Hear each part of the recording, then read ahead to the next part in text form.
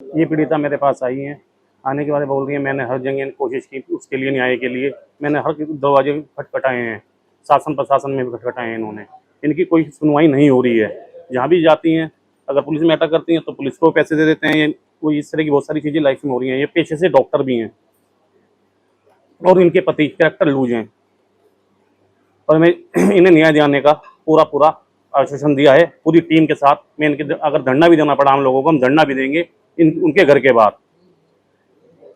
सामाजिक स्तर पर कुछ इसकी पहल हुई? सामाजिक स्तर पर पहल हुई, मैंने इनके ससुर को कॉल भी की थी, सामाजिक स्तर पर वो मानने के लिए तैयार नहीं है, कहते हैं जो होता है कर लीजिए। आप उनके पति को मीडिया के सामने कैरेक्टर लूज बता रहे तो क्या वो एक्सेप्ट करेंगे फिर इनको तरीके से? कैरेक्टर लूज वो खुद बता, उन्होंने तो दोनों को बताया है, उन्होंने कोर्ट केस किया है कि मेरी बहू का भी आचरण खराब है, मेरे बेटे का भी आचरण खराब है। और इनके ससुर ने 40 साल पहले वही उसी कदम पे, नक्शे कदम पे बेटा चल रहा है, 40 साल पहले इनके ससुर ने ही शादी करी थी बगैर डिवोर्स दिए किसी लेडी से, दूसरी शादी करी है इनके ससुर ने भी, उसी कदम पे बेटा चल रहा है, कहने की मैं भी तलाक नहीं दूंगा, दूसरी शादी कर लूंगा। तो किस तरह साथ देगा?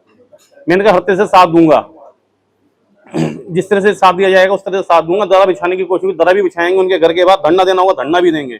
मेरी शादी 2022 22 जनवरी अर्चित अग्रवाल पुत्र श्री विचित्र विजय गुप्ता के साथ मुजफ्फरनगर में हुई थी। अर्चित शुरू से ही कलेशी था, वो मेरे साथ मारपिटाई करता था, अब वो अपने पेरेंट्स के साथ भी बदतमीजी करता था। फिर उसके घर वालों ने हम दोनों को देहरादून शिफ्ट कर दिया, ये बोल के कि तुम जाओ और अपना घर परिवार खुद देखो। उसका वहाँ पे कंस्ट्रक्शन का बिजनेस चल रहा था, वहाँ पे भी जाके अर्चित ने बदतमीजियां करी। उसके घर वाले उसे कभी समझाते नहीं थे, हमेशा उसको भड़काते थे। फिर एक दिन उसने मार पिटाई करके मुझे घर से बाहर निकाल दिया। मेरे घर वालों ने बहुत अप्रोच किया, बहुत ट्राई किया उनसे बात करने का, लेकिन उन्होंने कोई बात नहीं करी। फिर लास्ट ईयर उन्होंने 26 जनवरी को अखबार में निकाल दिया कि हम अपनी पुत्र वधू और अपने पुत्र को अपनी संपत्ति से बेदखल कर रहे हैं, क्योंकि उनके दोनों के गलत आचरण हैं। फिर अभी भी आज के टाइम तक वो उसको फाइनेंशियली, इमोशनली हर तरीके से सपोर्ट कर रहे हैं। तो मैं तो उसकी वाइफ हूँ ना, जब वो अपने बेटे को एक्सेप्ट कर सकते हैं तो मुझे क्यों नहीं एक्सेप्ट कर सकते?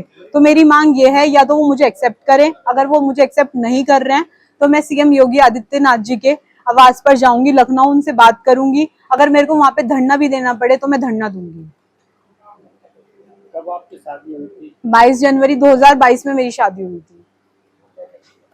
क्या विवाद शुरू से यही कलेशी था, वो शुरू से ही, और उसके घर वाले कभी उसे समझाते नहीं थे, हमेशा उसको भड़काते थे। बड़ों का होता है कि थोड़ा समझाएं बच्चों को अगर बच्चे गलती भी कर रहे हैं, लेकिन उसके माँ बाप ने उसको कभी नहीं समझाया, हमेशा उस विवाद को बढ़ाया उन्होंने।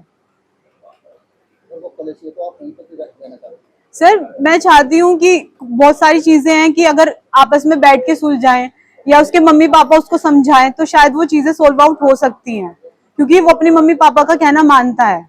लेकिन अगर उसके मम्मी पापा इसको भड़काएंगे तो वो नहीं सुनेगा।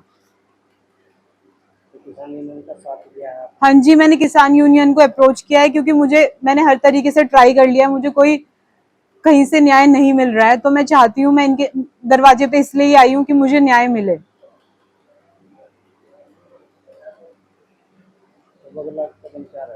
मेरा लास्ट कदम यही रहेगा कि मैं सीएम योगी आदित्यनाथ जी से मिलूंगी। अगर मुझे वहां पे धरना देना पड़ा तो मैं धरना भी दूंगी, क्योंकि मैं बहुत ज्यादा परेशान हो चुकी हूँ के ड्रामे से। मुझे न्याय चाहिए सर।